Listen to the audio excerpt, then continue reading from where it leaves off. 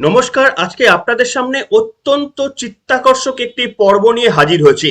কেন কথা বলছি তার কারণ আপনারা জানেন যে বিজেপির তরফ থেকে সংকল্প পত্র প্রকাশ করা হয়েছে, এ নিয়ে দুটি পর্ব করেছে, কিন্তু তার মধ্যে একটি অংশ ছিল যে এক দেশ এক ভোট।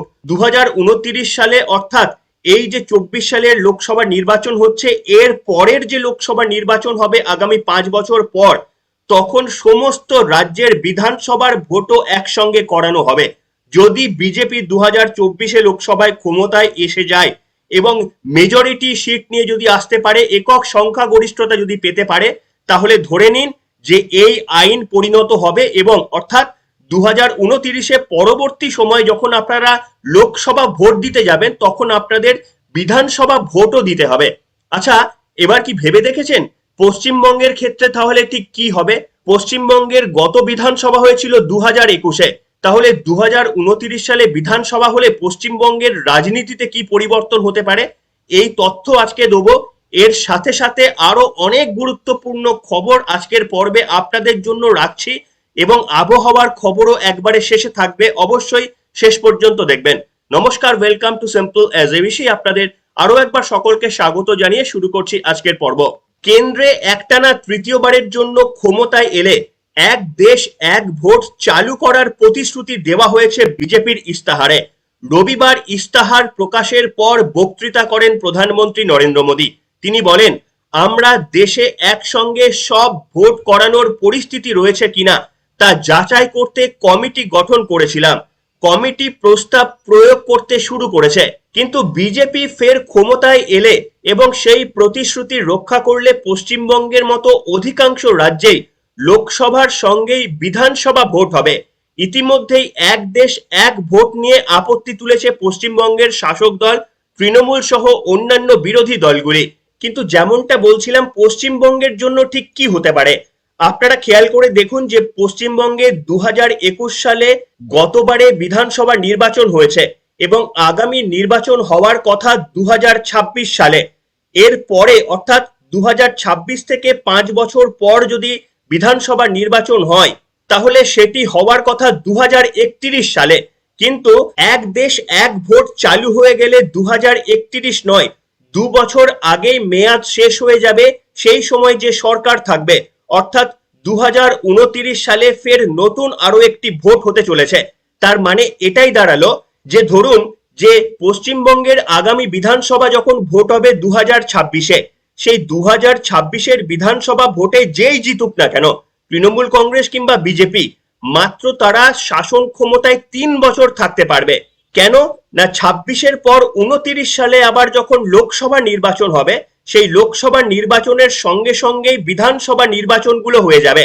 অর্থাৎ 2026 সালে আগামী বিধানসভায় পশ্চিমবঙ্গে যিনি শাসন ক্ষমতায় আসুন না কেন, তিনি মাত্র 3 বছর শাসন করতে পারবেন। তারপরেই আরো একবার নির্বাচন পদ্ধতির মধ্যে দিয়ে যেতে হবে এবং এখানেই সিঁদুরে মেঘ দেখছে তৃণমূল কংগ্রেস।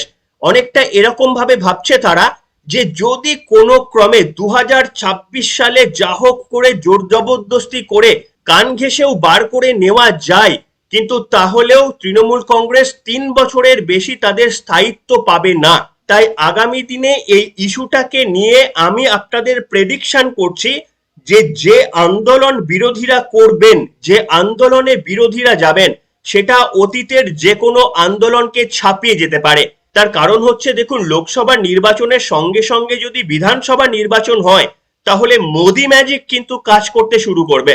আজকে মোদি ম্যাজিক আছে, কালকে যোগী আদিত্যনাথ ম্যাজিক থাকবে। লোকসভা নির্বাচনের সঙ্গে সঙ্গে বিধানসভা নির্বাচন হলে অনেকেই মনে করছে যে বিজেপি অ্যাডভান্টেজ পাবে, বিশেষ করে বিরোধীরা। এবং এই যে বিশ্লেষণ আপনাদের সামনে দেখালাম যে মাত্র 3 বছরের সরকার থাকবে, যে সরকার আমাদের রাজ্যে আসবে, পুরো ব্যাখ্যাটি আপনারা শোনার পর কি মনে হচ্ছে? আপনারা কি এক দেশ এক ভোট চালু করার পক্ষে? তবে আপনাদের বলবো বিজেপি কেন এই পথে এগুতে চাইছে।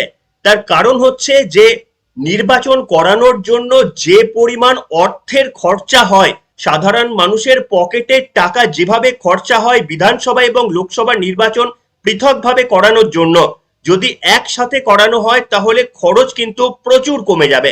যেভাবে সরকারের কর্মদিবস কমে যায় এই নির্বাচনের ফলে, তার কারণ যখন আদর্শ নির্বাচন বিধি চলে তখন সরকার কোনো উন্নয়নমূলক কার্য করতে পারে না, দেশ এবং রাজ্যের উন্নয়ন থমকে যায়, অহেতুক দেশের অগ্রগতি বারবার স্তব্ধ হয়ে যায়।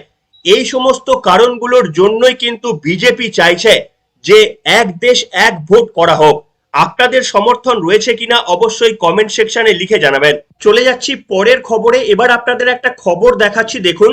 রিষড়ায় বামেদের বিজেমূল দেওয়াল লিখন ঘিরে বিতর্ক, চাপের মুখে তড়িঘড়ি মুছে ফেলার সিদ্ধান্ত সিপিএম এর। সিপিএম দেখুন কোন রাজনীতিতে তারা আসছে জানি না, তৃণমূলকেই তারা নকল করছে কিনা। রিষড়ার একটি দেওয়াল লিখন দেখুন তো কি লেখা হয়েছে।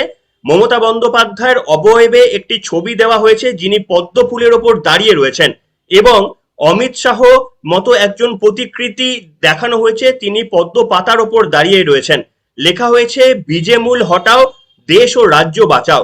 আচ্ছা ভাবুন তো, পদ্ম তো একটা প্রতীক, বিজেপির প্রতীক হচ্ছে পদ্ম, সেখানে কি মমতা বন্দ্যোপাধ্যায়ের অবয়বে কাউকে দাঁড় করিয়ে দেওয়াটা রুচির মধ্যে ফেলতে পারলো সিপিএম?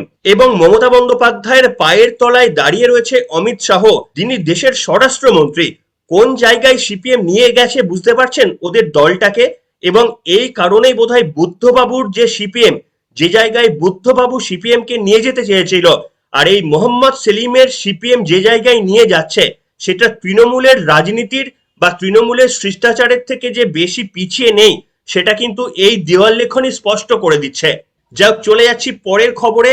হলদিয়া যাত্রার আগের দিন অভিষেকের কাপ্টার আয়কর তল্লাশি, তবে মেলেনি কিছুই, জানিয়ে দিলেন অভিষেকই। তার কাপ্টারে আয়কর তল্লাশি হলো, মিলেছে বা মেলেনি সেটা তো আয়কর দপ্তর বলবে, অভিষেক বন্দ্যোপাধ্যায় বলবে, আর তিনি কি বলবেন সেটা মানুষ কেন বিশ্বাস করবেন? অভিষেক বন্দ্যোপাধ্যায়ের হেলিকপ্টারে আয়কর হানা, রবিবার পয়লা বৈশাখের দিন টুইটার হ্যান্ডেলে পোস্ট করে এ খবর জানিয়েছেন অভিষেক বন্দ্যোপাধ্যায়। তৃণমূল কংগ্রেসের সর্বভারতীয় সাধারণ সম্পাদক অভিষেক বন্দ্যোপাধ্যায়ের চপার হেলিকপ্টার, সেটা ট্রায়াল রানের সময় যেভাবে আয়কর দপ্তরের অফিসাররা আচমকা হাল্লার রাজা সেনার মতো তল্লাশি করেছে। কেন তল্লাশি বলতে পারেনি, নিরাপত্তারক্ষীরা ছবি দেখাতে যাচ্ছে, ছবি তুলতে যাচ্ছিল, ছবি তুলতে দেয়নি, ঝগড়া করেছে, কিছু খুঁজে পায়নি, অথচ প্রত্যেকটা ব্যাগ জিনিসপত্র খুলে দেখে তছনছ করেছে। এসব কি হচ্ছে? অথচ কিছুই খুঁজে পায়নি। বাধা দিতে গেলে বা প্রশ্ন করলে বলছে আটকে রাখবো, দেরি করাবো। এটা কি হচ্ছে? কোন প্রতিহিংসা, কোন প্রতিহিংসার রাজনীতি? অভিষেক বন্দ্যোপাধ্যায়ের চপারের ট্রায়াল রানের জন্য ইনকাম ট্যাক্স দিয়ে এইভাবে হয়রান করা হয়েছে। আজকে আমরা তীব্র নিন্দা করছি। বিজেপি হারছে এবং কেন্দ্রীয় সরকার তাদের সব এজেন্সিকে এইভাবে পৈশাচিকভাবে তাণ্ডব করতে, গুন্ডামি করতে, বেআইনিভাবে হামলা করতে, এগুলো তারা পাঠাচ্ছে, মানুষের জবাব দেবে। কুণাল ঘোষের বক্তব্য শুনলেন, একেবারে গেল ব্যাপার। আয়কর দপ্তরের কাছে যদি কোনো তথ্য থাকে তাহলে তারা সেখানে গিয়ে তল্লাশি চালাতেই পারে, এটাতে প্রবলেমের কি রয়েছে? যদি কিছু না পাওয়া যায় তাহলে বলে দেবেন যে কিছু পাওয়া যায়নি, আর যদি কিছু পাওয়া যায় তাহলে নিশ্চিতভাবে আইনত ব্যবস্থা নেওয়া হবে, এর মধ্যে আর অপরাধের কি রয়েছে? কিন্তু আপনাদের দেখাতে চাইবো যে একই কাজ তো পশ্চিমবঙ্গের রাজ্য পুলিশ করছে, তারা তো বিভিন্ন জায়গায় নাকা তল্লাশি করছে। এই জলপাইগুড়িতেই তো কয়েকদিন আগে যে নাকা তল্লাশি করলো, সম্ভবত শনিবার কিংবা রবিবার, বিজেপির এক কর্মীর কাছ থেকে 7 লক্ষ টাকা উদ্ধার করলো রাজ্য পুলিশ। দেখাবো সেই ভিডিওটি, যেটি কুণাল ঘোষ পোস্ট করেছেন। এটা যদি রাজ্য পুলিশ করতে পারে তাহলে কেন্দ্রীয় এজেন্সি কেন তল্লাশি করবে না? তল্লাশি করলেই গেল রব উঠবে, এ সত্যি কোনো উত্তর নেই। কুণাল ঘোষের পোস্ট করা একটি ভিডিও দেখাচ্ছি, যেখানে বিজেপির এক কর্মীর গাড়ি থেকে 7.5 লক্ষ টাকা উদ্ধার হয়েছিল। দেখুন সেই ভিডিও।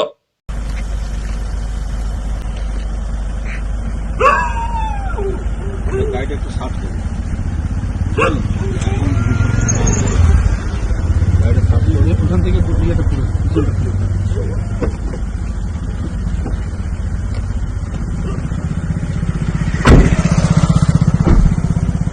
আমি তো আমার আমি জানি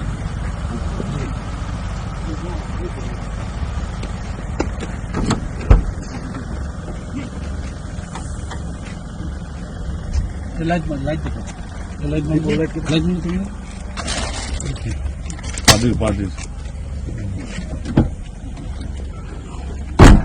কথাবার্তা বলে ই করেন।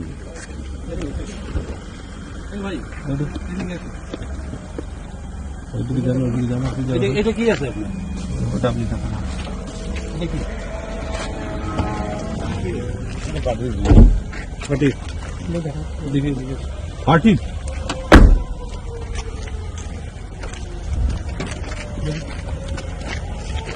চলেন না, চলেন।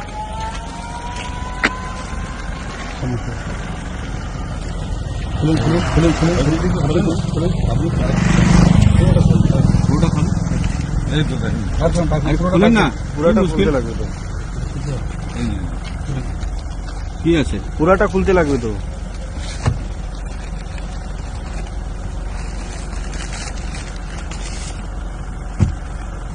কত টাকা আছে এখানে? কত টাকা আছে? 7,75,000। এত টাকা কেন ক্যারি করছেন? ইলেকশনের টাইমে আমি জানি না। এমসিসি ভাইলেশন হতে পারে ইলেকশনের টাইম, আপনি এত টাকা ক্যারি করছেন, কি করে ক্যারি করছেন এত টাকা? হ্যাঁ, জানেন না টাকা ক্যারি করা যায় না? কত আছে বললেন? 7,75,000। 7,75,000 কত বললেন? 7,75,000। ঠিক আছে, দোকান